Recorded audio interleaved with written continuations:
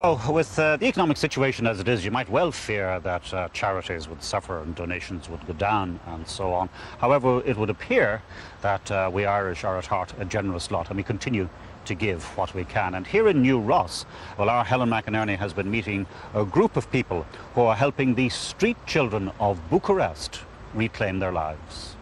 These provisions are being collected in a farmyard just outside New Ross. The donations have come from all corners of Ireland and are destined for the Street Children of Bucharest in Romania. These volunteers have been helping the children for the past 10 years. But what about the recession in Ireland? And with so little to spare, can people still afford to give? We know nothing about poor or poverty until we actually see it firsthand. Here in Ireland, I always get told off for saying this, we get handouts here. In places like Romania and other countries, you don't get handouts. You only get what we bring on board. You will get a handout in Romania after maybe 6 months waiting, but it's very minimum. I mean, if you take the average wage, minimum wage between 80 to 120 euro a month, a box of cornflakes we have on the truck is the same price over there as it is here. A sliced pan wrapped is the same price in Tesco's or Dunnes over there as it is here. So, when you get that kind of a wage, you're really on the breadline all the time. The most of the people we would know that we deal with are living on bread and soup 7 days a week. Many of the street children were abandoned by their parents, who were too poor to feed them. 10 years ago, the New Ross-based charity bought a site in Bucharest and built a residential centre. 2 years ago, they expanded this facility.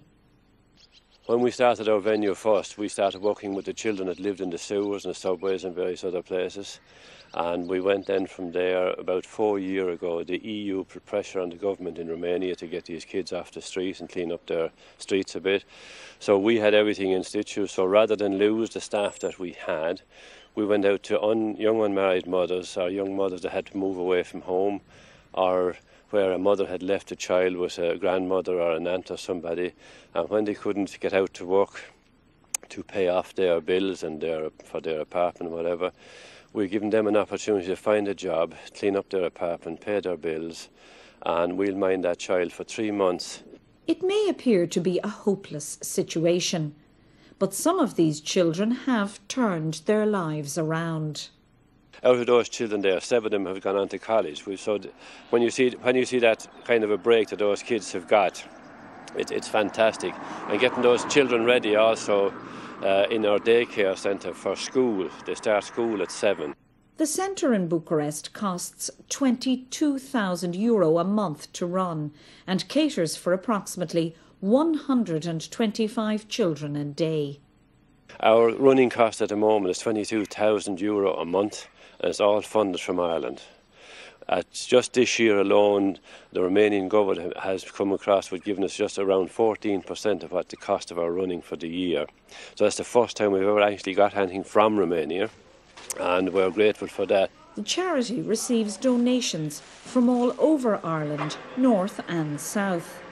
We collect all over Ireland. We collect actually our neighbouring church here is in Ballykelly, and we also go as far as Ballykelly way up in the north of Ireland. We go across the Belmullet, Carrotag, those places, down into Cork, Kerry, you name it. We travel all the roads in Ireland to different supermarkets where we have people that organise food collections for us, and they get permission from the manager. We then go in our van that's inside there and we collect the food and bring it here, put it in the containers, and then we get those groups that you saw inside, they do all the sorting and the packing, and then we get ready for the truck.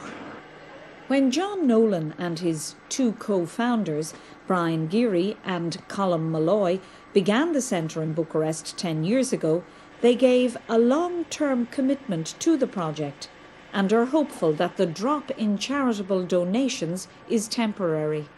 Some of our major supporters, which would be give us major financial supporters now, they've cut back by about 50%. So we're a little bit concerned at the moment, I must say.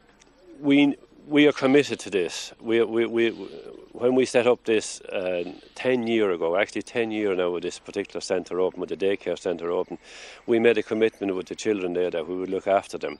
The people that we deal with, the families and the children, they are in a recession all the time and they don't worry about food for today. They hope to get something tomorrow.